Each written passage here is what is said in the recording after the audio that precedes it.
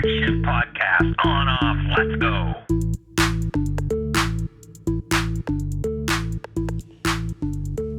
It's the Quick Shift. On, off, let's go.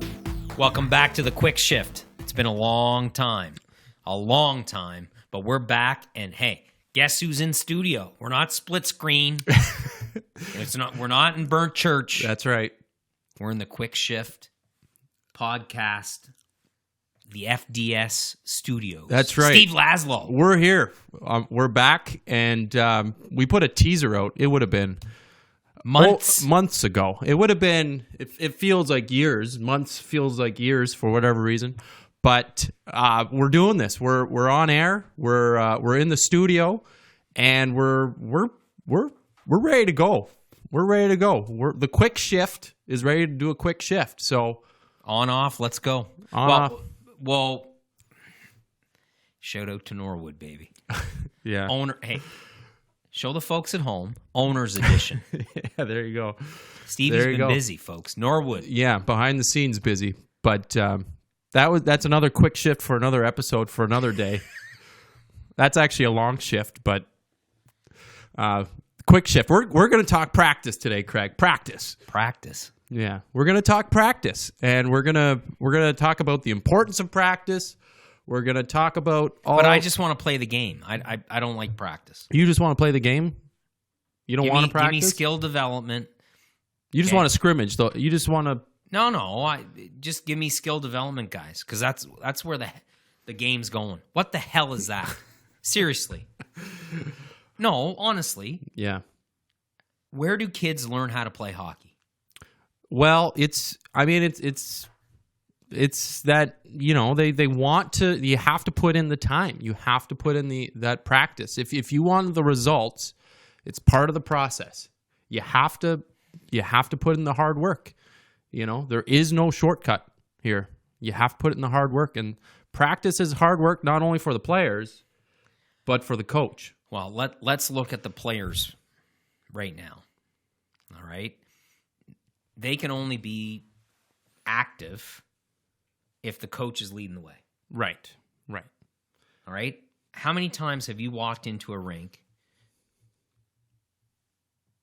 and the practice is awful? We got kids standing around. Yeah.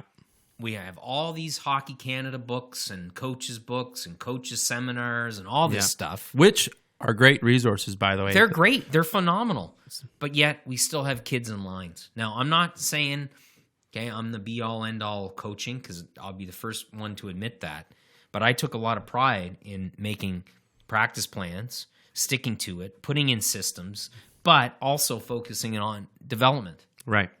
Well, okay, Craig. And having fun on the ice during practice. Well, there's a lot of different things here going on. You said a lot of things. Number one, the cost of ice time. We have to make sure we are getting the most out of that ice. $225 an hour, and you have to pay for the flood, too. $50 a flood. Right. So 10 minutes of that hour is going to flood time. The first 10 minutes of practice, what are guys doing on the ice, Craig? Oh. What are guys doing? Shooting pucks. Fooling around. Listen, individual time is very important. It's essential. And as soon as you start going up and climbing the ladder in hockey, Steve, as you know, because you've played the game at a high level, all right, that individual time at the end of practice, not at the beginning, end of practice, is vital. Yeah. It's everything. Yeah. Well, to have kids, I'm getting fired up because I'm passionate about this, because the one thing I miss about coaching is practice. I don't miss the games. Okay? I don't miss W's. It's not about the wins or the losses or anything. Yeah. It's about development. And where are you going to develop? Where are you going to develop? You're going to develop in practice. That's right. And the coach, I miss practice. The coach is the leader of this ship. Am I on the right track here? The coach, of course. The coach sets the tone. The coach brings his own philosophy, brings his own identity to the team, kind of sees what the identity of that team is, brings his own identity there, and then, puts in the time ahead of time to prepare his players for battle. Now, what do you do in practice? What are you preparing for specifically? It's game situation. It's individual skill development, not skill coaches. Hey, okay, am I all for skill development guys in the off season? Of course I am. All right, bring some skill development coaches in periodically, a different voice. I'm all for that. You are the coach of this team. Right. You better establish your philosophy. Yeah. Your team systems, but you better damn well have individual skill development and team development in every single practice you run. Well, okay. So that's a lot. And we were talking on the car ride over here,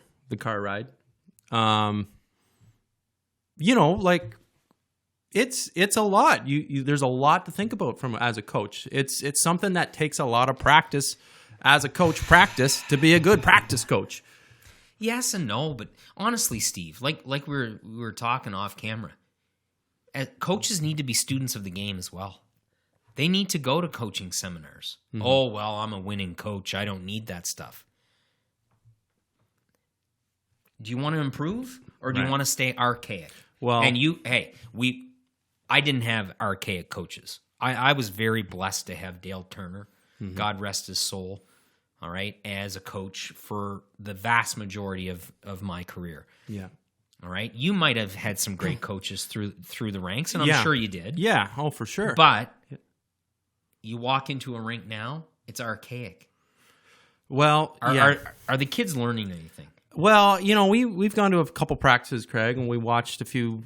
We've been down in the rink before, and we've observed. And you mentioned it right at the opening about lines and how guys are standing in lines waiting for drills. Kind of goofing off, just kind of all right. My turn's up. Whoa! Sorry to cut you off. What would you do if you're a 12-year-old kid standing still on the ice? Well, idle hands. You start. Your attention span is gone. You're gone. You're in outer space. You're somewhere else if you're not stimulated, right? So phys ed teacher by trade. Yeah. You got to keep them moving. Yeah. And in one of the I've seen good and I've seen bad. Most recently, I'm in love with stations. I think that's a real neat thing for skill development specifically. Now we talk systems. That's more of a team. Are you going to do that game for the situation? Are you going to do that for the whole practice, Steve? No, you can't. That's part of the practice. Yeah, skill development, part of the practice. I don't know if you devote a whole practice to skill development. Some coaches like that. They like to say this is going to be a skill development practice. This is going to be systems practice. You know what that turns into? This is going to be a skill development. That turns into flow drills. Everyone's looking for a flow drill. Oh, yeah, you got great flow. Great flow drills, bad habits. Yeah. Bad habits develop in flow drills. Yeah. Flow drills to start practice. Game days, practices, morning practices, flow drills. We don't want anyone to get injured here. Right. We just want to stay sharp. We want to get our edges. We want to get our head in the game, ready for that, ready for that game that night. Right. Nothing wrong with flow drills, but on off days, flow drills do have a place to start practice, get your hands ready, but a whole practice during the season, I don't believe should be dedicated to skill development. My own personal opinion, of course. But you're right. You're right. You're 100% right. He's a hockey guy. He knows. Yeah. It boggles my mind, Steve, that when you walk into rinks, you still see kids standing still. Yeah. You have all the coaching techniques and all the coaching clinics and all these guys, all right? It's ridiculous. Right. And you said this too. And kids aren't getting any better. If coaches are looking bored on the ice, this is parents out there.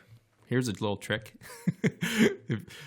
See if your coaches are having fun. Take a peek at the coaches. If they're not engaged, if they're holding the boards up, literally, if they're holding the boards up, not and if drills are going more than 5 minutes, 5-6 minutes, then I can bet your child is probably bored out there too. Can you imagine not changing sides? Not switching sides on a drill. Yeah, let's run this drill for 10 minutes. Mm-hmm. All right, on one side. Goaltenders, right? doesn't change up the angle, same pivots every time. Yeah. It's bad habits. You should run a drill for about 3 or 4 minutes tops. Okay, 2 minutes on each side. That's development. And sticking with that philosophy, what else would you be doing if you're doing drills? What are you doing? Are you layering drills? Are you adding on to drills? Do you want to talk about that for a minute? That's a great question, Steve. How many drills do you think, a hockey team should have throughout the entire year? Well, I mean, entire year. Certain coaches would think more is better.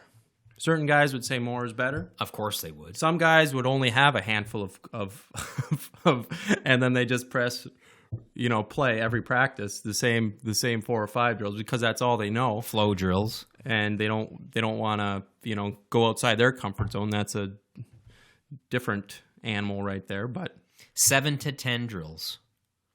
7 to 10 drills all season long. People are, well, what's he talking about? A hockey season, 7 drills. You add variations to each drill. You change it up. Yeah. Breakouts. You work on 4 different breakouts. It's team system, but it's individual skill development at the same time. Right. You work on open face pivots. You work on first passing. That's your first flow drill. Right. Kids track back to pucks. Okay, puck support, puck movement. You have it going on both sides. You don't have kids standing still. You do breakouts out of both ends. Yeah. It boggles my mind. These variations you're talking about, do you want to go into detail about those a little more? Like how you start a drill. You might start with a hard rim and get the winger to pick up the puck, off the boards. Well, if we're talking breakouts. Or maybe you have your goaltender stop the puck behind the net for the defenseman, get him involved, more game-like situation. And then you have them attack. You have them, right? It's a regroup, and you have it running out of both ends, both sides. Your coaches are engaged. Then you add pressure. Right. Your coaches see something. Your coaches see something. What do you do, coaches? Blow it down. What do you do right away? Correct it. And if they do it badly again, that's when they have to pay a price. Right. On the boards, on the line. Let's do it and do it right. That's right. There's not enough of that. It's just, it's practice. Oh, yeah, let's go on to the next drill. No. Yeah. Like, I couldn't imagine. A little quick story. Yeah. Story time with Craig here. Yeah. If you have a... 2012. Yeah. Pee Wee AA. First week, 2 weeks, I heard through the grapevine, because it's going to filter down. Yeah. Okay, the manager comes to me and says, a lot of parents aren't happy, Craig. A lot of parents aren't happy. Too much teaching. Too much explaining. What? I had to reteach the game. Yeah.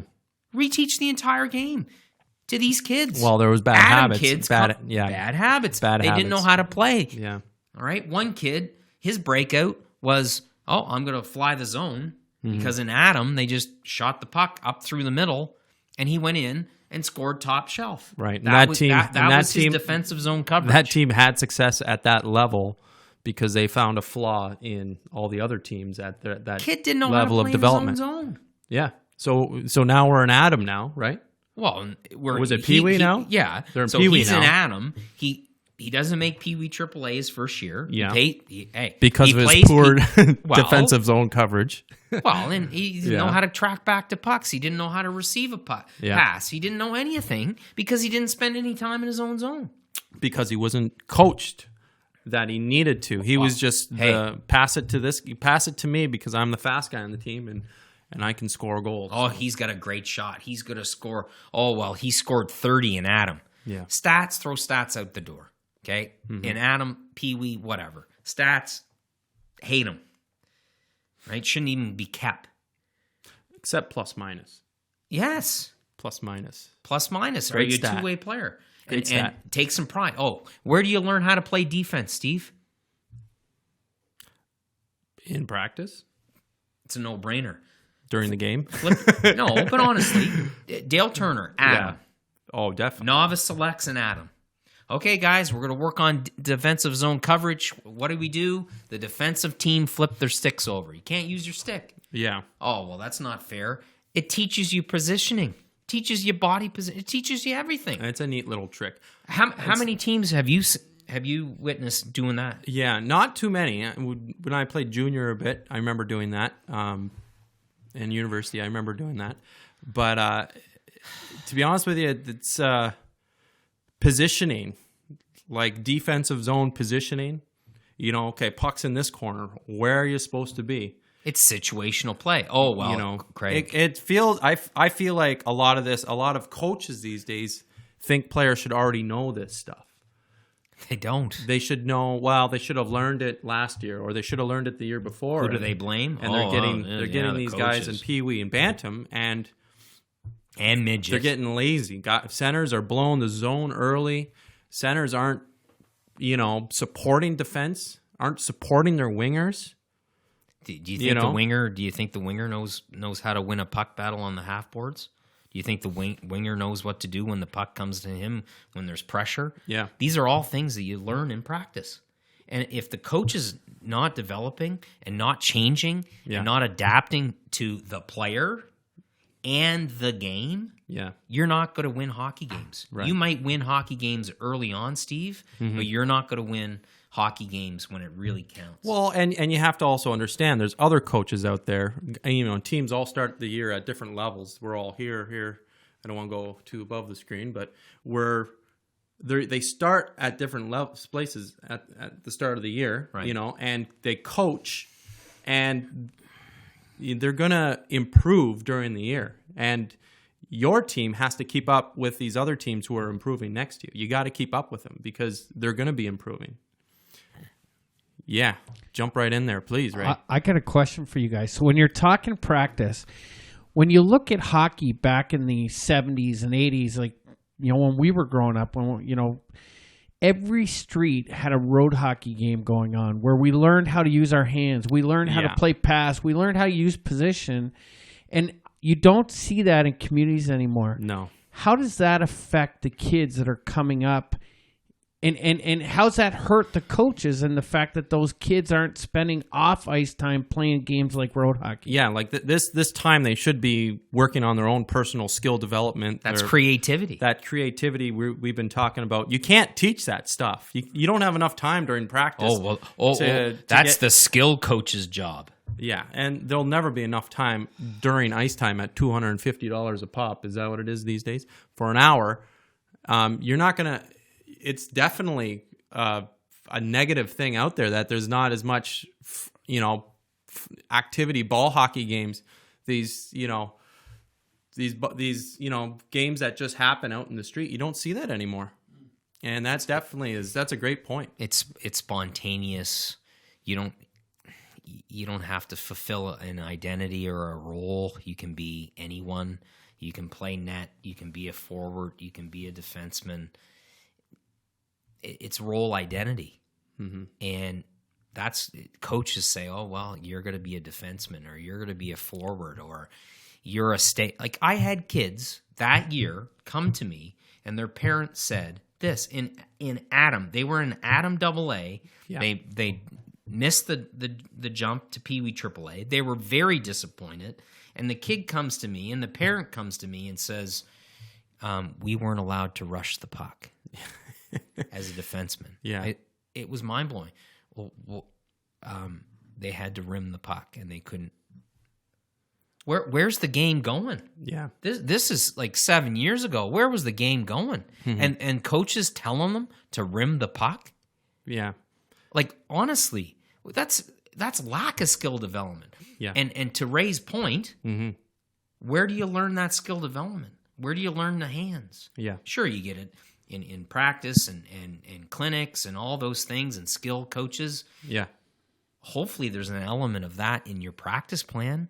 That's individual skill development. Yeah. You are not going places in the game of hockey as a coach or as a player if you're not developing individual talent and team systems. And I'm going to take that a step further because to just, echo Ray's point there about this, the individual playtime away from the game of hockey in the streets, but also in other sports too. This is another podcast for another day.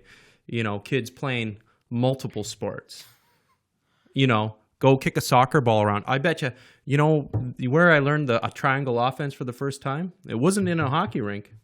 It was on the pitch playing soccer, triangulation, That's where I learned about that. And then one day, a hockey coach said it, and I was like, oh, yeah, I know exactly what that is because I played soccer for the last 4 summers, and I picked up on that right away. So you weren't in the rink all summer long?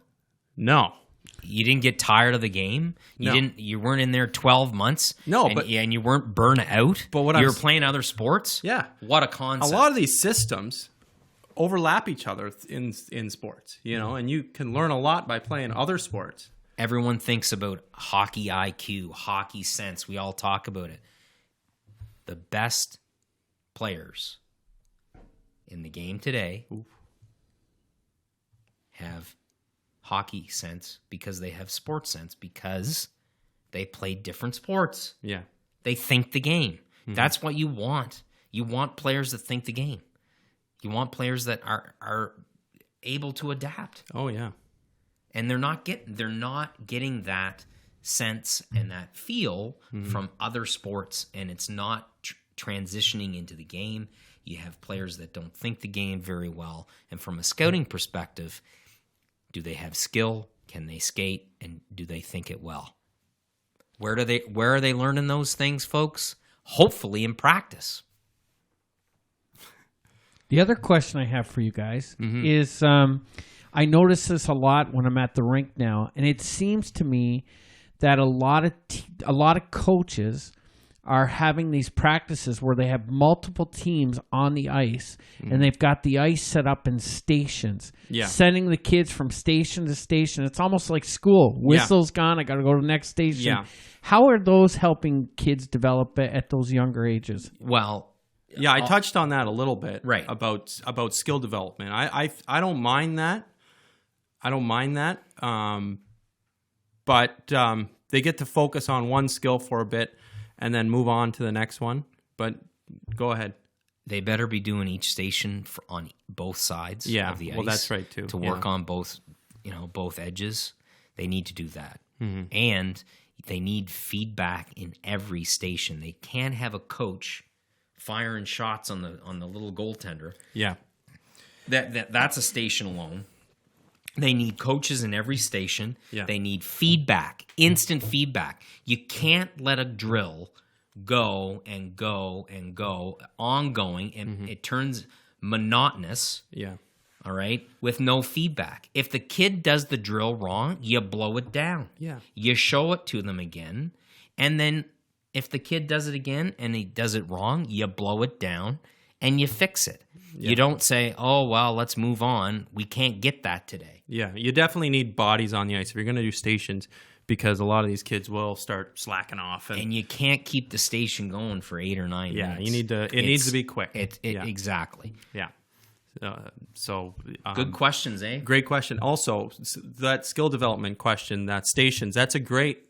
Any coaches out there, it's great for identification for like house league. If they're trying to identify where the different levels of the players are at, they do stations at the start of the year with everybody on the ice. They bring all the coaches, all the players on the ice. They put them in 10 different groups. They have 10 different stations going, and then it's a way for all the coaches to kind of get an idea of where each player is at and how to divide these 40 or 50 guys and girls equally, so they can have 3 or 4 competitive house league teams that are going to have a good season, Well, hopefully at every level. Yeah. And let's be honest, hopefully at every level. Yeah. Okay, practice is fun. And practice doesn't seem like work. Right. All right. And kids look forward to practice. That's a good, nice third point. So we mentioned skill development.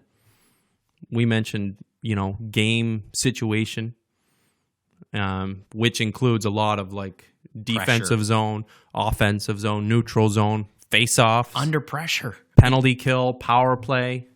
Everything. We can't go out. Players don't know what to do. Like, we all have different levels. We, go out, go do the power play. What are we going to do? Well, did we practice power play? No. Well, get the puck in and pass it around. No, we need to practice that. Assistant coach comes down. All right. He's barking. He's barking at a kid. And he barks at me. 2012. Craig, what's that guy doing? We haven't put it in yet. Yeah. It's the second week of the season. We haven't put that in. The kid doesn't know. We got to teach it to him. Yeah. Where are you going to teach it? You're going to teach it in practice. Yeah.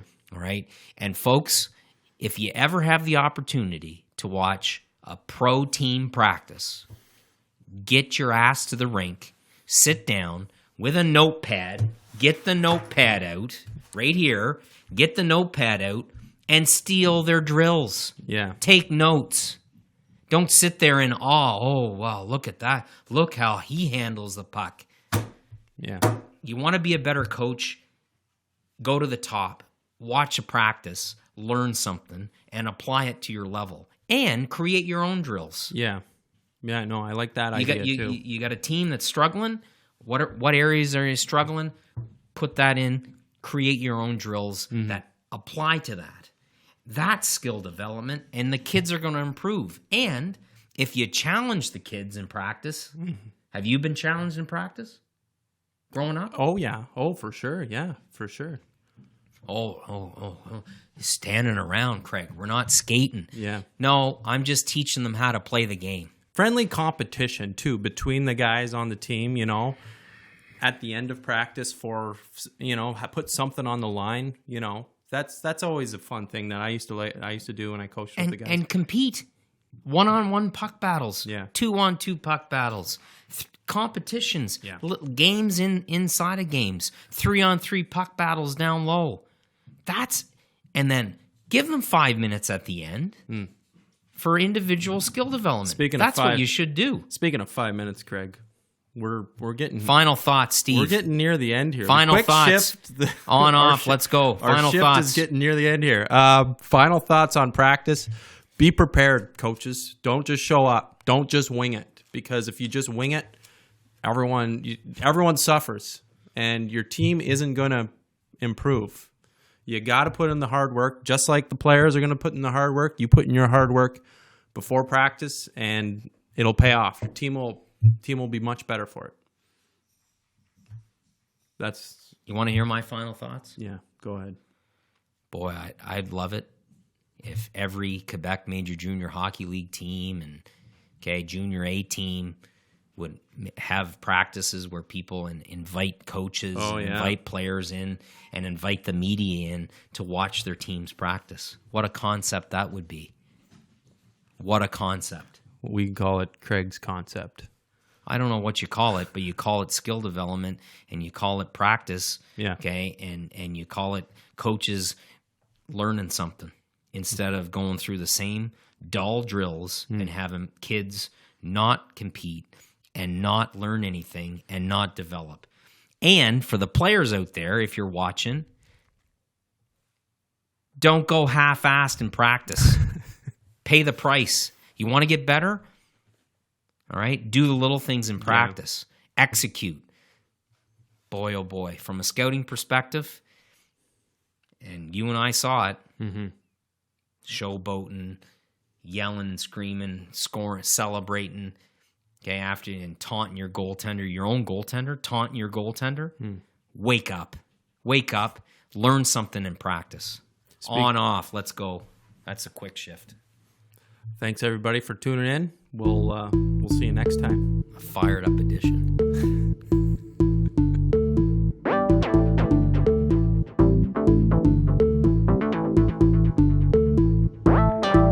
You've been watching and listening to the Quick Shift Podcast from FDS Studios.